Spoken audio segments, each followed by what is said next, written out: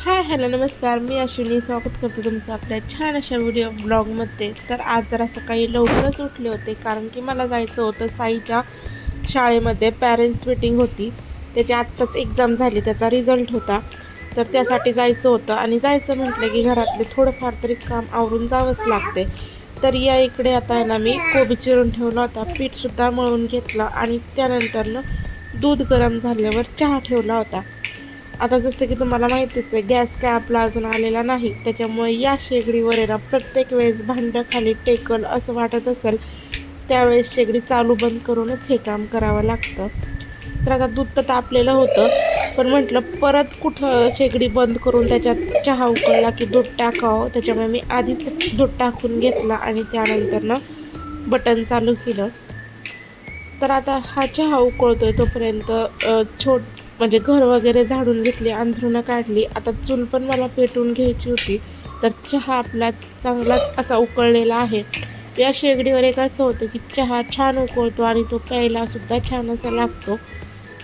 तर चूल पण पेटवून झालती आणि त्यानंतर लगे हात कोबी पण करून घेतला. आता डब्याला काय द्यायचं याची तयारी आहे ना आदल्या दिवशीच करावी लागते. आता कोबी होतोय तोपर्यंत म्हटलं नंतर कधी जेवायला भेटते कधी नाही ते माहीत नाही, त्याच्यामुळे सकाळीच आज आहे ना चहा बिस्किट खाऊन घेतलं होतं. कारण की आमची तर कसं आहे ना 9 वाजतात, 9 9:30 जसं जमल तसं सगळेच नाश्ता वगैरे काही करत नाही, डायरेक्ट जेवणच करतात. पण मला जायचं होतं शाळेत आणि शाळेतून आल्यानंतर सगळी कामं राहिलेली करायची होती, त्याच्यामुळे मी चहा बिस्किट खाऊन घेतलं आणि त्यानंतर आम्ही निघालो होतो शाळेत. तर आता मी चालले म्हटल्यावर माझ्या मागं कृष्णा पण आला. तर छान असं वातावरण झालं होतं, पाऊस पडून गेलता आणि आभाळ पण होतं. आता शाळेमध्ये आल्यानंतर आहे ना, म्हणजे 1ली ते 5वीच्या पालकांसाठी म्हणजे विद्यार्थ्यांची जी एक्झाम झाली ना त्याचीच पालक मीटिंग होती. आणि खरंच आज साईचा मला खूप अभिमान वाटत होता कारण की त्याचा शाळेमध्ये वर्गात 1ला नंबर आला होता. सगळ्या विषयांमध्ये ना त्याला पैकीच्या पैकी मार्क पडलेले आहेत. तर आता तुम्हाला वाटत असेल त्याच्यामुळे मी डायरेक्टली दाखवलं आणि हे मॅमला विचारलं सुद्धा की मी याचं थोडंसं शूट करू शकते का. तर बघा त्याला आहेत ना सगळ्या ह्याच्यात पैकीच्या पैकी मार्क पडलेले आहेत आणि हे बघून खरंच खूप छान असं वाटतं.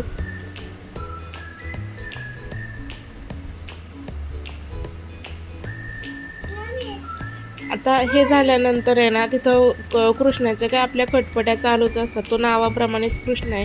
तिथं पण तो शांत बसत नव्हता.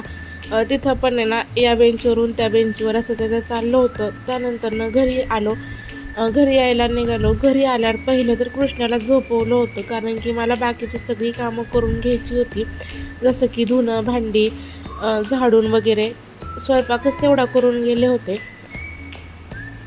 आता त्यानंतर सगळं काम आवरलं आणि दुपारी थोडंसं बसले, म्हणजे व्हिडिओ वगैरे एडिट केला. त्यानंतर परत संध्याकाळची आपली जी काही कामाची सुरुवात आहे ती केली.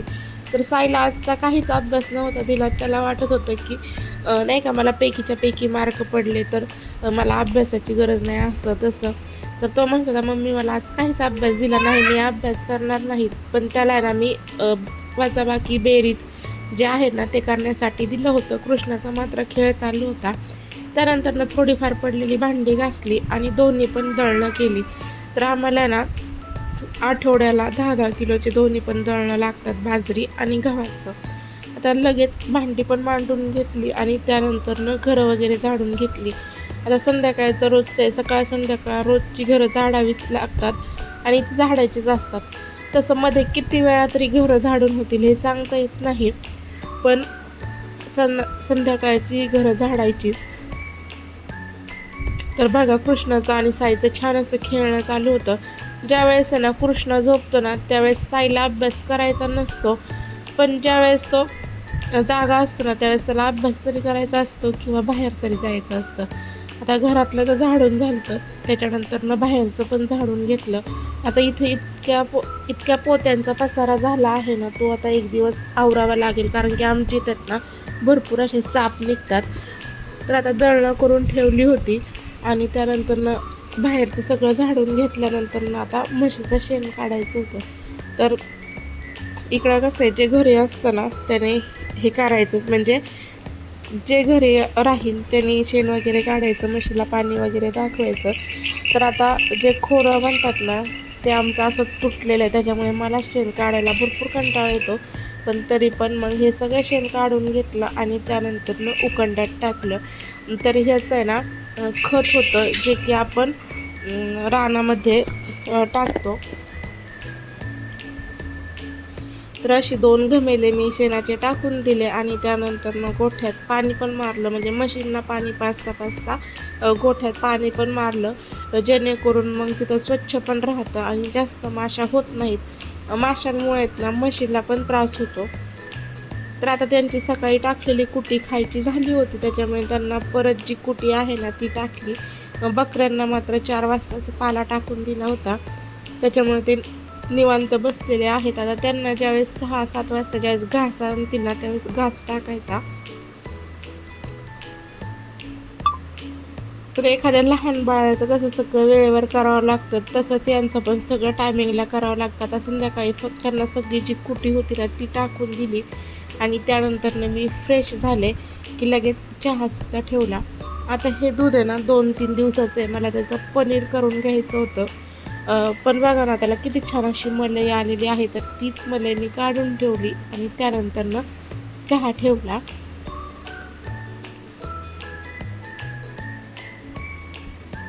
आज फक्त दुधाचा चहा करणार होते, कारण की दूध जास्त होतं, त्याच्यामुळे आज फक्त दुधाचा चहा केला.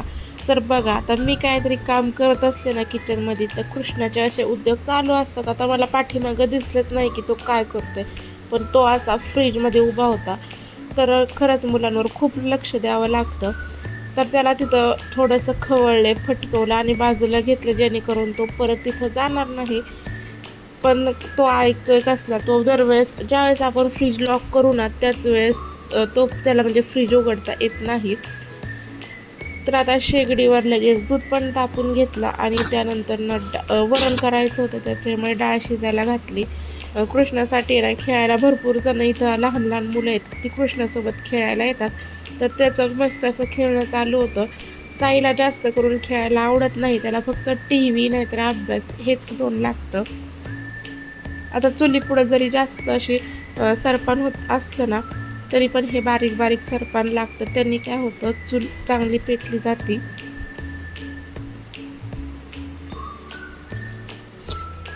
तर चला आता सगळं जे बारीक बारीक सरपण आहे ना ते मी तोडून घेते, जेणेकरून मग ते 2 टायमात होईल, म्हणजे आत्ताच रात्रीच्या स्वयंपाकासाठी आणि सकाळच्या स्वयंपाकासाठी. तर मला जेवढं तोडता आलं ना तेवढंच मी आणलं होतं. आता हे व्यवस्थित ठेवून देते आणि त्यानंतर चूल पेटवते. तर चूल पेटवायची म्हणजे पेटवण्यासाठी रॉकेलचा वगैरे वापर करत नाही. जे ट्रे असतात ना म्हणजे कसे आपण रोपं रानामध्ये रोपं लावतात टोमॅटोचे, फ्लॉवरचे वगैरे, त्याचे जे ट्रे राहतात ना काळे, त्याने चूल पेटवली जाते. तर आता मला स्वयंपाक वगैरे करून घ्यायचा होता, त्याच्यामुळे मी आले होते लसूण न्यायला. तर बघा बकऱ्यांसाठी पण छान असा घास बांधलेला आहे आणि जी गव्हाण आहे ना आतमध्ये, तर तिथं पण घास टाकला होता. तर ही बकरी भांडणं करतात, त्याच्यामुळे आत बाहेर अशीच कोंडावी लागतात. तर आजचा एवढाच व्हिडिओ होता. तुम्हाला जर आवडला असेल तर नक्कीच आपला चॅनल लाईक करा, शेअर करा आणि हो सबस्क्राईब करायला मात्र विसरू नका. व्हिडिओ पाहिल्याबद्दल धन्यवाद.